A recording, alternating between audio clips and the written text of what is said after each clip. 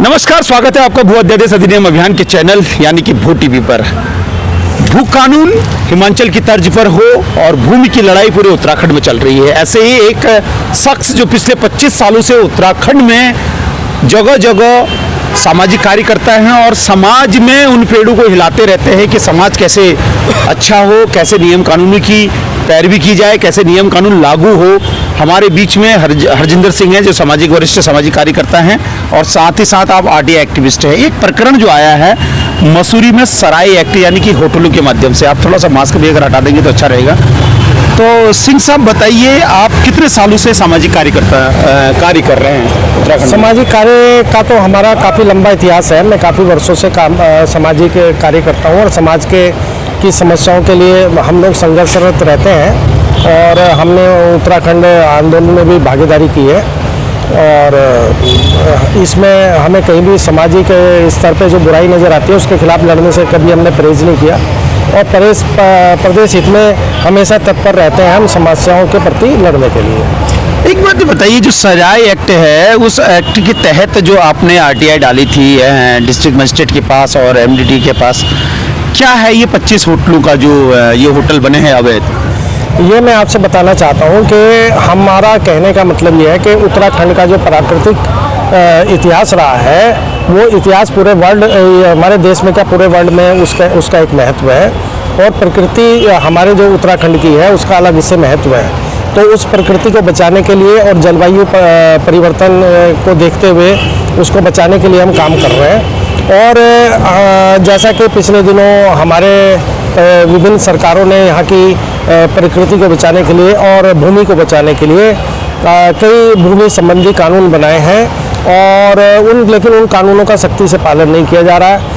और उसी का ये एक भाग है कि वहाँ पर जो हमारी प्रकृति है मसूरी की, जो मसूरी हमारा एक पर्यटक स्थल है और हमारे देश के विदेशों तक में उसकी एक अलग पहचान है, उस पहचान को वो खोता जा रहा है और वहाँ की भूमि को खुर्द-बुर्द किया जा रहा है और अवैध निर्माणों का वहाँ पर एक अंबार सा लग गया है और शासन और प्रशासन उसमें मौन धारण किए बैठा है। तो उस सब परिस्थितियों को देखते हुए हमने ये सब लड़ाई लड़ने की शुरुआत की है और उसको ऊपर वाले ने चाहा तो कामयाबी मिलेगी। इसलिए मांग रहे हैं हम भू कानून की लड़ाई। यही एक लड़ाई होती है जो भू अध्यादेश अधिनियम अभियान पिछले 2016 से लगातार उत्तराखंड में हिमाचल की तर्ज पर भू कानून की मांग कर रहे हैं। कितना समर्थन करते हैं? भूमि विवाद आप भी इसको बार बार उठाते रहते हैं और पूरे उत्तराखंड में ऐसा होता रहता है कि आप जैसे सामाजिक कार्यकर्ता और हमारे जैसे सामाजिक कार्यकर्ता इसको करते हैं, तो कितना समर्थन करते हैं भू कानून? अब मैं आपसे बताना चाहता हूँ कि जैसे अभी हमने एक बात की है कि मसूरी के अंदर सुप्रीम कोर्ट हो या केंद्र सरकार हो, वहाँ पर उन्होंने वहाँ की प्रकृति को बचाने के लिए और मसूरी के अस्तित्व बचाने के लिए वहाँ पर सभी नव निर्माण जितने हैं और जो कमर्शियल निर्माण है उनको प्रतिबंधित किया हुआ है। लेकिन उसके बावजूद भी वहाँ पर जो है देखने में आया है कि कमर्शियल निर्माण और वहाँ पे पहाड़ों का कटान और भूमि को खुर्द-बुर्द करने का काम बड़ी तेज़ी से है और शासन और प्रशासन उस पर मौन सीधी आँख मूंद कर बैठा हुआ है।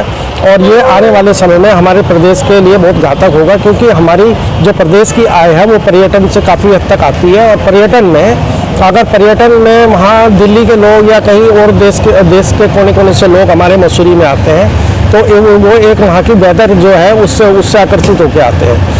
अगर इसी तरह से वहाँ भूमि खुर्द-बुर्द होती रही, अवैध निर्माण जिस तरीके से हो रहे हैं और अवैध होटलों को जिस तरीके से मान्यता प्रशासन यहाँ पर नियम विरुद्ध और केंद्र सरकार और सुप्रीम कोर्ट के आदेशों का उल्लंघन करते हुए वहाँ पर अनुमति प्रदान कर रहा है, तो उसको देखते हुए लगता है कि आने वाले समय में मसूरी का अस्तित्व खतरे में है और मसूरी अपनी पहचान को खोती जा रही है और कंक्रीट का जंगल बन जाएगी।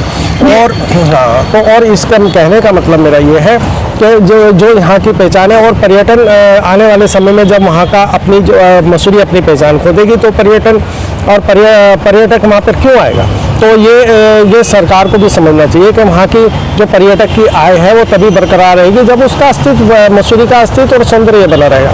अगर उसका अस्तित्व और सौंदर्य खत्म हो गया तो आने वाले समय में हमें नहीं लगता कि वहाँ पर्यटक इतनी भारी तादाद में आएंगे और वो पर्यटक स्थल एक तरीके से रह पाएगा। नहीं, ये बात तो केवल मसूरी की है। ऐसा उत्तराखंड में हर जगह होते आया है, चाहे नैनीताल हो, अल्मोड़ा हो, रानीखेत हो, कौसानी हो, वहाँ भी इसी प्रकार से खुर्द-बुर्द किया जा रहा है वहाँ की लोकल अथॉरिटी के माध्यम से, यानी कि सरकार की जो लोकल अथॉरिटी होती है डीएम-एसडीएम के माध्यम से। क्या कहेंगे आप भू कानून के लिए कितनी अच्छी मांग है पूरे ये उत्तराखंड भी में? आपने एक बहुत अच्छी बात की। मैं इस पहलू पर भी आना चाहूँगा कि हमने सरकार से पिछले दिनों एक उस पर भी जानकारी चाहिए थी कि जब ये प्रदेश बना था उस समय हमारी टोटल प्रदेश की कृषि भूमि कितनी थी और उसके बाद आज कृषि भूमि कितनी है। तो को मालूम है कितनी? हाँ, नहीं, मैं वैसे कह रहा हूँ। तो वो आज उसका जो कृषि भूमि है वो बहुत तेज़ी से घट रही है और भूमि का जो खुर्द-बुर्द होने का वो सरकार उस पर चुप्पी साधे हुए है। तो आने वाले टाइम में इसलिए हम कह रहे हैं कि यहाँ की भूमि को बचाना, यहाँ के जंगलों को बचाना और इस प्रदेश के अस्तित्व को बचाना और इस प्रदेश के वातावरण को सुरक्षित रखना एक हम लोगों की जिम्मेदारी बनती है। और उस जिम्मेदारी को देखते हुए हमें यहाँ पे लगता है कि भू कानून आना चाहिए। और भू कानून एक किसी के निजी स्वार्थ को ना देखते हुए सार्वजनिक स्वार्थ की दृष्टि से हम देखते हैं कि वो अति आवश्यक हो गया है इस प्रदेश में लागू करना। 9 नवंबर 2000 को मेरे राज्य की कृषि योग्य भूमि थी 7,70,000 हेक्टेयर, जो 2021 और 22 तक 1,20,000 हेक्टेयर बिक चुकी है। ये थे हमारे साथ हरजिंदर सिंह, जो वरिष्ठ सामाजिक कार्यकर्ता हैं और साथ ही साथ आरटीआई एक्टिविस्ट भी हैं। ऐसे ही किसी अन्य शख्स के साथ जो भू कानून के साथ हमेशा अपने साथ बनाए रहते हैं, ये हमारा साहस भी बढ़ाते रहते हैं कि शंकर सागर जी आप बहुत बड़ी अच्छी लड़ाई लड़ रहे हैं और साथ ही साथ आप हमारे बड़े भाई हैं और इनका सहयोग और मार्गदर्शन हमें मिलते रहता है। अंत में जनता से क्या कहेंगे? मैं अंत में सिर्फ एक जनता से कहूँगा कि जो हम बात कर रहे हैं उस बात को आप भी जितने भी लोग हैं अपनी क्षमता अनुसार अपने इन सब चीज़ों का विरोध करें और इस प्रदेश को बचाने के लिए अपना सहयोग प्रदान करें। और मैं भू कानून को लाने के लिए भी समर्थन दें। और थोड़ा सा मैं कहना चाहूँगा कि अभी हमारी लड़ाई जो लड़ी जा रही है, अगर इसको हमें कानूनी रूप भी देना पड़ा तो हम इसको कानूनी रूप भी बहुत जल्द देने जा रहे हैं। और चाहे हमें हाई कोर्ट जाना पड़े चाहे सुप्रीम कोर्ट जाना पड़े, तो ये लड़ाई हम बंद नहीं करेंगे। और अभी हम शासन प्रशासन से भी एक उनकी मोरल ड्यूटी के अनुसार उनसे उम्मीद रखते हैं कि हमारी बात को गंभीरतापूर्वक लेके इस प्रदेश को बचाने के लिए वो भूमि संबंधी कानून और भूमि संबंधी नियम कड़ाई से लागू करवाएंगे। ये हमारा आशा का विश्वास है। धन्यवाद। ये थे हरजिंदर सिंह जी, जिन्होंने पूरा कहा कि भू कानून यानी कि भूमि कानून यहाँ पे लगना चाहिए। आप हमारे साथ हैं और समय समय पर हम उनका मार्गदर्शन भी लेते रहते हैं।